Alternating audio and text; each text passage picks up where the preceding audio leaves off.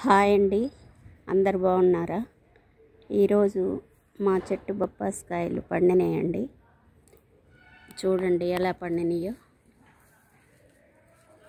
కాయ బాగా పండుకొచ్చిందండి. కానీ ఇంత పండుకొచ్చిందాకా ఉంచొద్దండి. ఇదిగోండి ఇలా వస్తాయి. ఈ నీరులాగా తయారయ్యి కాయల నుండే వచ్చినట్టుందండి. ఇలా పడేసి ఇదిగోండి చూడండి, ఇక్కడ బెజ్జంలాగా పడింది. ఇలా వస్తాయి. ఇంత టైం దాకా ఉంచుకోబాకండి. ఈ కలర్ వచ్చిన తర్వాత కట్ చేసేసుకొని న్యూస్ పేపర్లో చుట్టేసి పెట్టేసుకోండి. ఒక 2 రోజులు, ఒక రోజు.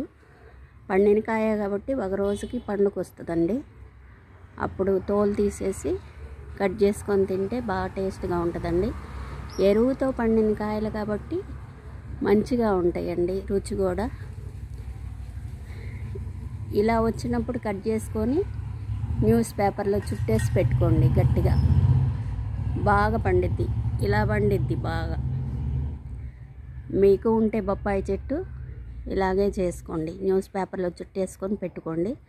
పూర్తిగా చెట్టుకు మటుకు పండిందాకా ఉంచొద్దండి కాయ. మనం సొంతంగా పండించుకున్న కాయలు కదా ఇవి. మంచిగా ఉంటాయి, ఆరోగ్యంగా ఉంటుంది మనం తిన్నా కూడా. మీకు ఉంటే అలాగే పేపర్లో చుట్టేసుకొని వాడుకోండి.